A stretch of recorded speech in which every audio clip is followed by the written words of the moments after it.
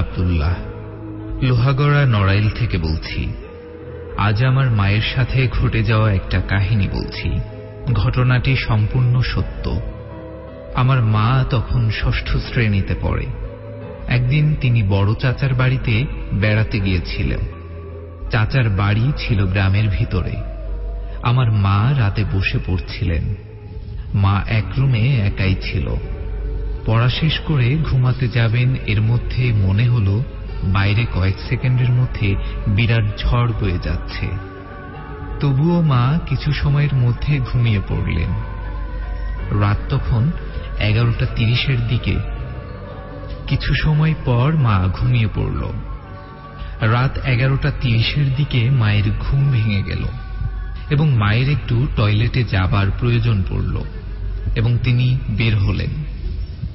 তখন চাচা চাচি ঘুমিয়ে থাকার কারণে মা তাদের না ডেকে তিনি হাতে একটা হারিকেন ও একটা পাটকাঠি নিয়ে বের হলেন। বলে রাখা ভালো, গ্রামে তখন বিদ্যুৎ ছিল না। তাছাড়া গ্রামের বাড়িতে পায়খানাগুলো খুব দূরে ছিল। মা হারিকেন নিয়ে আস্তে আস্তে টয়লেটের দিকে এগিয়ে গেল। টয়লেটে যাবার পূর্বে একটা বড় বাঁশ ঝাড় ছিল। তখন মা দেখতে পেলেন একটা বাঁশ রাস্তার উপরে পড়ে আছে। মা তখন ভাবল, ঘুমানোর আগে যে ঝড় হয়েছিল তাই মনে হয় বাঁশটি ভেঙে পড়েছে। মা তখন হাতের পাটকাঠিটা দিয়ে আঘাত করতে থাকলো বাঁশে। আঘাত করার সাথে সাথে বাঁশটি জোরালো একটা শব্দ করে সোজা হয়ে গেল। মা এতে খুব ভয় পেয়ে অজ্ঞান হয়ে গেলেন। পরে যখন মায়ের ঘুম ভাঙল তখন তিনি দেখলেন পাশে চাচা চাচি বসে আছে। ওই ঘটনার পর থেকে মায়ের অবস্থা খুব খারাপ হয়ে যায়। এরপর থেকে প্রায় রাতে মাকে কে যেন ডেকে ডেকে বাইরে নিয়ে যেত। বেশিরভাগ সময় মাকে মেজ মামার রূপ ধরে ডেকে ঘর থেকে বের করে নিয়ে যেত, কেননা মেজ মামাকে মা খুব আদর করত। এরকম যখন বেশি খারাপ হতে থাকলো অবস্থা, তখন একটা হুজুরের কাছে মাকে নিয়ে যাওয়া হয়। হুজুর বলেছিল মাকে একটা জিনে আছর করেছিল। তারপর হুজুর বাড়ি বন্ধক করে দেয় এবং মাকে একটা তাবিজ দেয়। তারপর থেকে আর কোনো সমস্যা হয়নি।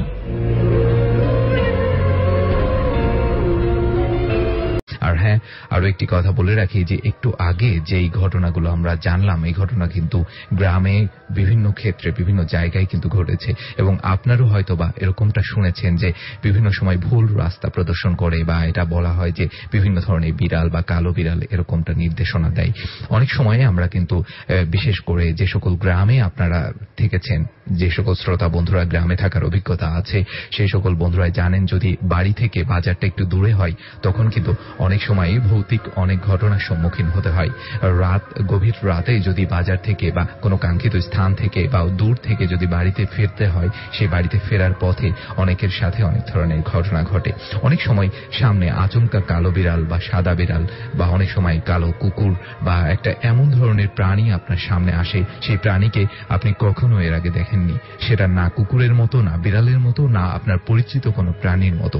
এমনও হয় যে অনেক সময় আপনি ঝাপসা কোনো ছায়া দেখতে পাচ্ছেন, কিন্তু সেখানে আশেপাশে কোনো গাছ নেই বা এমন কিছু নেই যে তার ছায়া সেখানে পড়বে।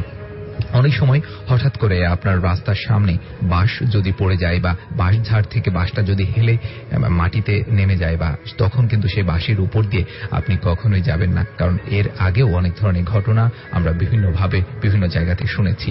এবং রাতের বেলায় বিভিন্ন সময় আমরা ভুল পথে চলে যাই, তখন আপনি খেয়াল করবেন।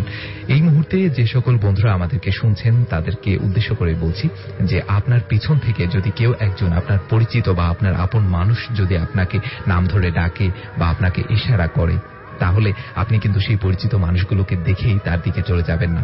অবশ্যই আরো একটি কথা মনে রাখবেন, আপনার পিছন থেকে যদি কেউ আপনাকে ডাকে তাহলে আপনি হুট করেই মানে সামনের দিকে বডি রেখে হুট করে পিছনের দিকে তাকাবেন না, তাহলে আপনার ঘাড়ে হয়তোবা সমস্যা হলেও হতে পারে। এবং আরো একটি কথা বলছি, যদি আপনাকে পিছনে তাকাতেই হয় তাহলে আপনি সম্পূর্ণ শরীর সহ পিছনে ঘুরে দাঁড়াবেন। আর যদি সেরকম সন্দেহ হয়, আপনার মনে যদি খটকা জাগে যে আমার প্রিয় মানুষ বা আমার পরিবারের এই সদস্য বা আমার কাছের বন্ধুটির ঠিক এই জায়গায় থাকার কথা না, তাহলে এইখানে আসলো কি করে বা এইখানে এসে আমাকে ডাকছেই বা কেন, অবশ্যই আপনার উপস্থিত বুদ্ধিকে কাজে লাগাবেন।